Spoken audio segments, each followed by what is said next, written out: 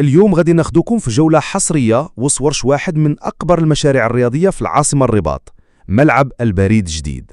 هاد المعلمة الرياضية اللي غادي تكون مفاجأة كبيرة في الساحة الكروية المغربية، واللي التحضيرات ديالها داخلة في إطار استعدادات لكأس إفريقيا 2025 وحتى كأس العالم 2030. غادي نشوفوا مع بعض أدق التفاصيل من أصغر برغي في الهيكل المعدني حتى لآخر لمسة في التشطيبات. خليكم معايا. الهيكل المعدني وأعمال الدهان. الاشغال كتركز دابا بزاف على الهيكل المعدني اللي واخد تصميم قريب بزاف من ملعب مولاي عبد الله، ولكن بشكل مصغر وابسط. بداو كيدهنوا الهيكل بماده الاكريليك في اللون الابيض، اللي ماشي غير كتعطي منظر زوين، ولكن حتى كتزيد تحمي الحديد من الصدى والعوامل الجويه. قبل ما يوصلوا لمرحله الدهان النهائي كيديروا تاتشاب في الزنز اللي كان مرشوش في اللون الرصاصي مباشره من المصنع، باش يعالجوا اي خدوش ولا لحامات وقعات ويتاكدوا ان كل قطعه محميه مزيان. نسبة تركيب المعادن. الأشغال دازت أكثر من نص، بحيث نسبة تركيب المعادن ديال الواجهات والسقف وصلت تقريبا ل 60%. هاد النسبة كتضم حتى التغطية العلوية والواجهة الخارجية اللي غادي تكون يا إما بالممبرين يا إما بألواح الألومنيوم. تصريف مياه الأمطار. التصميم ديال السقف فيه دخاء كبير، فيه نقطتين مرتفعات في الشرق والغرب وجوج نقاط منخفضات في الشمال والجنوب. هاد التموجات في السقف غادي توجه مياه الامطار باش تمشي من الفوق حتى لادنى نقطه، منين غادي تمشي عبر مواسير كبيره مجهزه لتحت. دابا البنيه التحتيه ديال التصريف كيتخدم عليها باش تكون جاهزه قبل التسقيف الكامل. الاعمال الميكانيكيه كتوجد حتى الشبكه اللي غتجمع المياه المستعمله من دوره المياه والكافيتريات وتوجهها لمناطق التصريف في الواجهه السفلى للملعب. السلامه والتركيبات المعدنيه.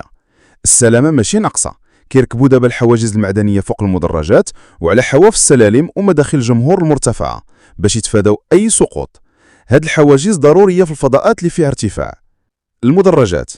الاشغال كتركز على دهان المدرجات بالمواد الايبوكسيه اللي كتكون مقاومه للعوامل الجويه، وكيديروا التاتشاب قبل ما يطلقوا الدهان النهائي. ارضيه الملعب.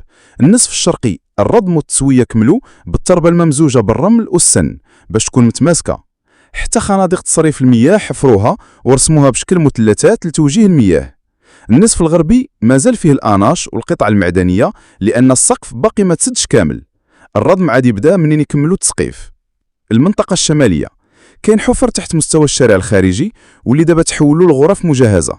الدور ديال هاد الغرف مازال ما معروفش مزيان، ولكن ممكن تكون بوابات للتحكم في دخول السيارات عبر الرامب اللي غادي يهبط للمستوى السفلي للملعب. الجهة الشرقية والمنشآت الجانبية كيخدموا حتى مرآة بسيارات تحت الأرض وكيحضروا الشدة الخشبية باش يصبوا السقف العلوي ديالو. السلالم الرئيسية. الأشغال مستمرة على جناب السلالم والمناطق المنحدرة اللي غادي تزرعوا فيها أشجار ونباتات في المستقبل باش تعطي الملعب منظر جمالي طبيعي. الكلادينغ والتشطيبات الخارجية.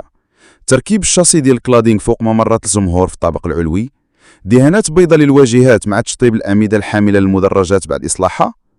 إذن هذه كانت نظرة معمقة على تقدم الأشغال في ملعب البريد في الرباط، مشروع كيبشر بواحد التحفة معمارية رياضية اللي غادي ترفع من القيمة البنية التحتية الكروية في المغرب، من الهيكل المعدني للتشطيبات النهائية. كل شيء خدام على مدار الساعة باش الملعب يكون جاهز في المواعيد الكبرى.